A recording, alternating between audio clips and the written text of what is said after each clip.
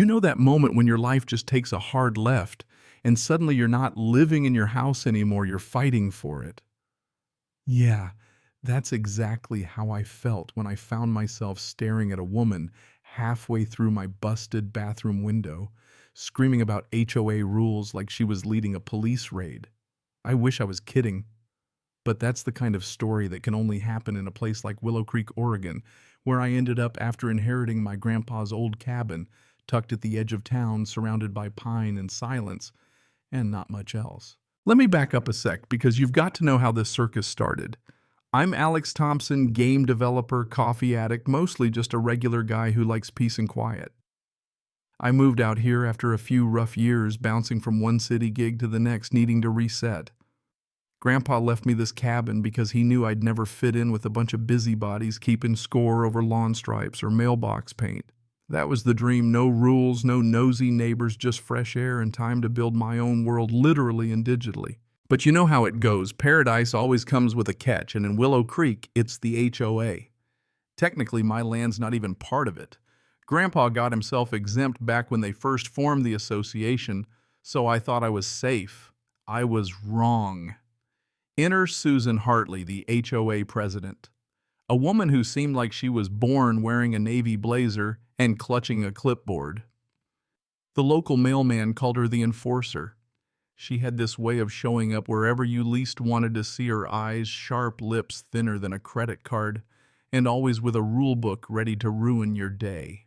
The first time she targeted me, it was almost funny.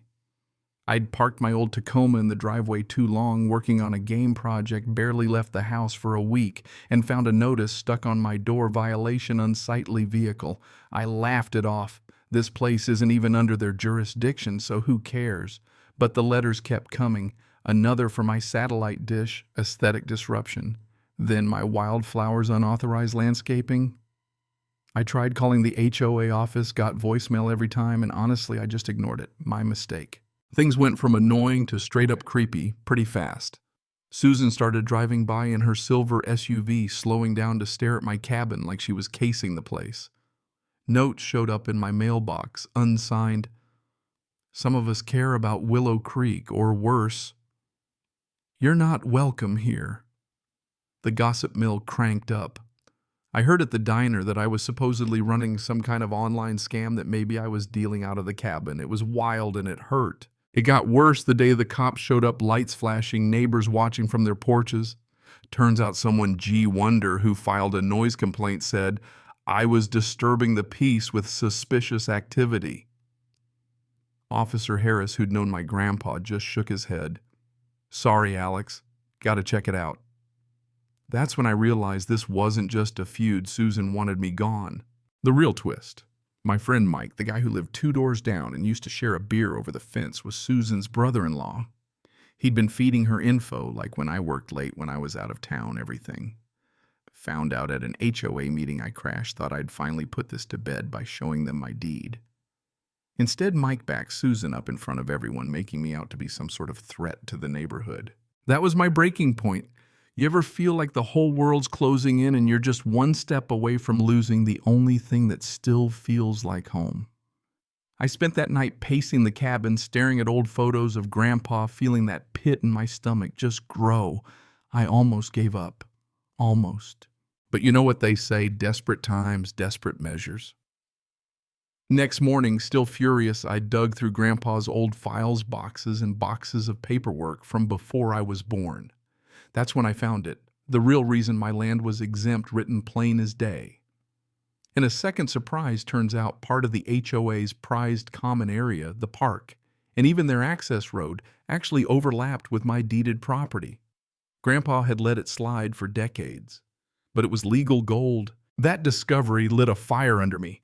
I hired Mike Sullivan, the best attorney in town, and started documenting everything: Susan's letters, the videos from my security cams, the calls to the cops, even the Facebook posts where she'd riled up the neighborhood.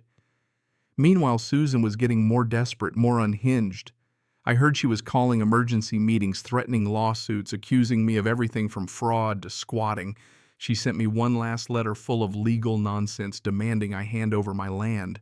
And then came that morning, call it fate, call it bad luck, but Susan decided to end things her way. I was on a video call for work when I heard this crazy crash from the back glass. Everywhere Susan, halfway through my window, red-faced and yelling, "This is HOA property now, hand over those documents." For a second, I just stared, trying to process if this was really happening. Then muscle memory took over. I grabbed my phone, started filming. "Get out of my house," I yelled, trying to block her from my laptop. That video, it went nuts.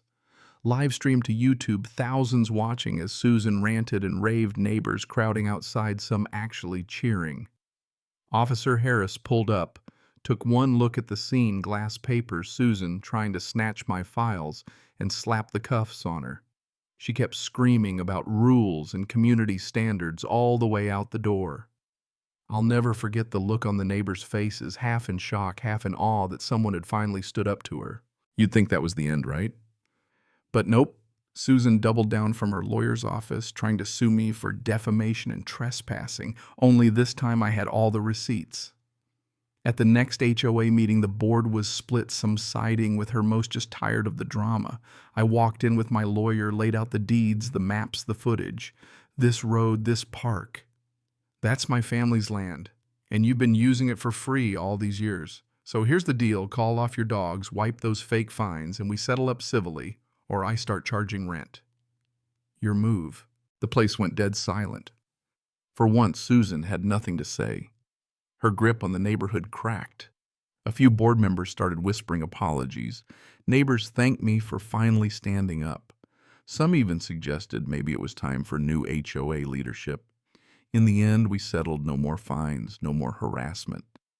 And Susan, she faded into the background, just another face at the grocery store, avoided by everyone. Now, every time I sit on my porch sipping coffee with the pines swaying and the world finally quiet, I can't help but think how close I came to losing it all just because one person let power go to her head. But hey, that's life in the suburbs, right? One day you're a nobody, next day you're front page drama. Would I do it all again? Maybe. Maybe not.